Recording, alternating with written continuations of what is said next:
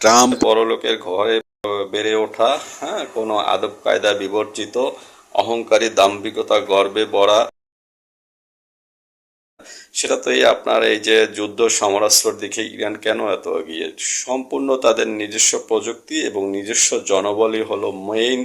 পাশাপাশি আমেরিকানদের এটাও ভাবা উচিত, ট্রাম্প কোনো বাহাদুর বা সাহসী কোনো নেতা নয়। সে যদি আজকে আয়তুল্লাহ আলী খামেনির জায়গায় বিগত 1 বছর লিডারশিপ হিসেবে থাকতো, তাহলে দেখা যেত তার নার্ভ সিস্টেম কতটা। সে যখন বুঝতে পারতো তার মৃত্যুর ঝুঁকি আছে, তাহলে সে ঠিকই। আর খামেনি যদি ইউরোপ বা আমেরিকার কোনো লিডার থাকতো, তাহলে তার সাথে তোয়াজ শুরু করে দিত। সো চাপে থেকে দেশের জন্য এবং নিজ ধর্মের জন্য ইরানিরা বা জাতিগতভাবে সাহসিকতার পরিচয় দিচ্ছে। আধুনিক রূপকার হিসেবে দুটি দেশ, ইউএসএ এবং ইসরায়েলের মতো দেশের বিরুদ্ধে, সেটা জাতিগতভাবে ইরান ইতিহাস লিখে রাখলো। হ্যাঁ, ট্রাম্প ধরাছোঁয়ার বাইরে থেকে সুরক্ষিত আমেরিকার মধ্যে থেকে তর্জন গর্জন করছে। আসলে সে আদুরে ঘরে বড়লোকের ছেলে, আদব কায়দা বিবর্জিত একটি ছেলে বড় হয়েছে। বাস্তবিক যে দেশের জন্য যে ঝুঁকি নিতে হয়, সেই ঝুঁকি কিন্তু তিনি নিচ্ছেন না এবং কখনো নিতেও পারবে না। আসসালামু আলাইকুম। আমেরিকা নিয়ে আপনাদের কিছু জিনিস জানা উচিত।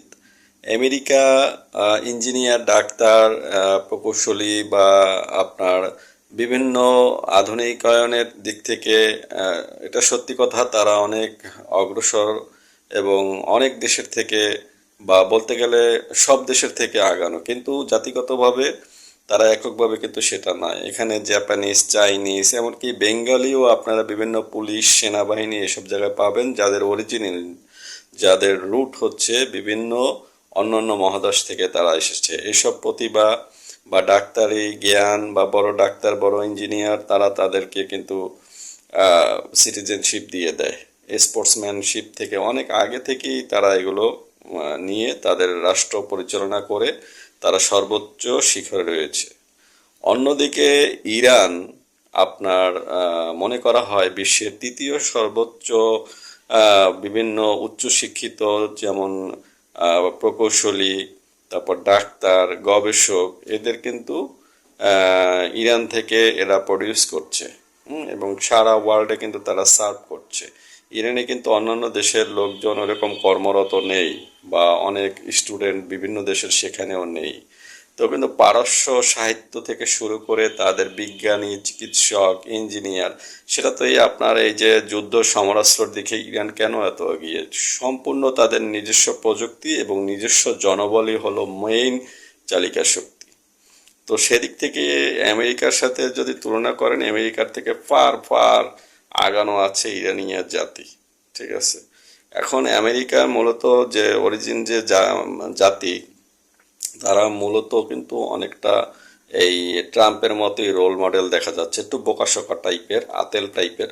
যেমন ট্রাম্পের কথাবার্তা শুনলেই কিন্তু মানে প্রেসিডেন্ট হিসেবে মনে হয় না, মনে করে কোনো আনসিভিলাইজড কোনো জঙ্গল থেকে উঠে আসছে জঙ্গলির মতো, ইরানকে ধ্বংস করে দেব, এইটা করব আমি, এইটা করব, পারমাণবিক বোমা মেরে দেব। মানে তার কোনো ডিপ্লোম্যাটিক আচরণ তার মধ্যে কম, যেটা অনেক দেশের প্রেসিডেন্টের মধ্যে আছে, যেটা ট্রাম্পের মধ্যে নেই। তাকে দেখলে মনে হয় বড়লোকের ঘরে বেড়ে ওঠা, হ্যাঁ, কোনো আদব কায়দা বিবর্জিত, অহংকারী, দাম্ভিকতা, গর্বে ভরা। নিজের উপরই তার অনেক প্রাউড, প্রাইড ফিল করে সে। হ্যাঁ, এরকম একটা সমাজ বিবর্জিত একটা ব্যক্তির মতো তার আচার আচরণ। হ্যাঁ, সব সময় এরকম ওরকম, মানে এটা দেখলেই বোঝা যায় সে একজন সুস্থ লোক না। এটা খোদ আমেরিকায় 80 লাখের মতো জনগণ, যারা সহসা রাস্তাঘাটে নামতে চায় না, জানেন তারা খুব ব্যস্ত। হ্যাঁ, তারা শুধু শুধু বসে চায়ের দোকানে আড্ডা দেয় না, বা শুধু শুধু অহেতুক সমালোচনায় এগুলো করার আসলে তাদের টাইমই কম আছে। হ্যাঁ, ওখানে একটা বুড়ো মানুষও দেখা গেছে পার্ট টাইম জব করে। তো তারা যখন রাস্তায় নামে, বুঝতে হবে যে এই ট্রাম্পের সমস্যা আছে। এখন ট্রাম্প কেন তারা সিলেক্ট করলো, নির্বাচনে তাকে কেন জয়যুক্ত করলো, এখানে ইলেকট্রিয়াল যে ভোটগুলো, সেখানেই আপনার ইহুদি সমর্থিত অনেক ভোট রয়েছে। এবং ইলেকট্রিয়াল ভোট এবং সাধারণ জনগণের যে ভোট, এখানে আমি মনে করি আমেরিকার গণতন্ত্রের মধ্যে একটু ফাঁকিবাজি আছে। সাধারণ জনগণের ভোটে কিন্তু মেইন কাউন্টিং করে একজন প্রেসিডেন্ট হয় না, এটা আমাদের মধ্যে অনেকেই আমরা জানি। কিন্তু মেইন কথা হচ্ছে এই আমেরিকা বিভিন্ন সমরাস্ত্রে বা তাদের চিকিৎসা বিজ্ঞান অন্যান্য সব দিক থেকে যে এগিয়ে আছে, আমরা মাঝে মাঝে প্রশ্ন জাগতে পারে আমেরিকা বিভিন্ন দেশ থেকে লোক নেয়। হ্যাঁ, স্টুডেন্টসদের মধ্যে যারা ভালো রেজাল্ট করে তারা সেখানেই কর্ম করে। হ্যাঁ, নাসা থেকে শুরু করে সেনাবাহিনী, হ্যাঁ, সমরাস্ত্র এগুলো গবেষণা করার জন্য, চিকিৎসা বিজ্ঞান সর্বক্ষেত্রে তারা বিভিন্ন দেশের মাল্টিকালচারাল হয়ে গেছে আমেরিকা। দুবাই যেমন একটা মাল্টিকালচারাল কান্ট্রি, এখানে ইন্ডিয়া, পাকিস্তান, বাংলাদেশ, নেপাল, মালয়েশিয়া সব পাবেন। আমেরিকা হলো আরো প্লুরাল কালচার, ঠিক আছে। তারা এইটার উপর ভর করে এবং মূল আমেরিকান যে এই ট্রাম্পের মতো লোকগুলো, এরা একদম নারিকেল মাথার লোকজন মনে হচ্ছে। America should have a president, should have a wise man, not like Trump.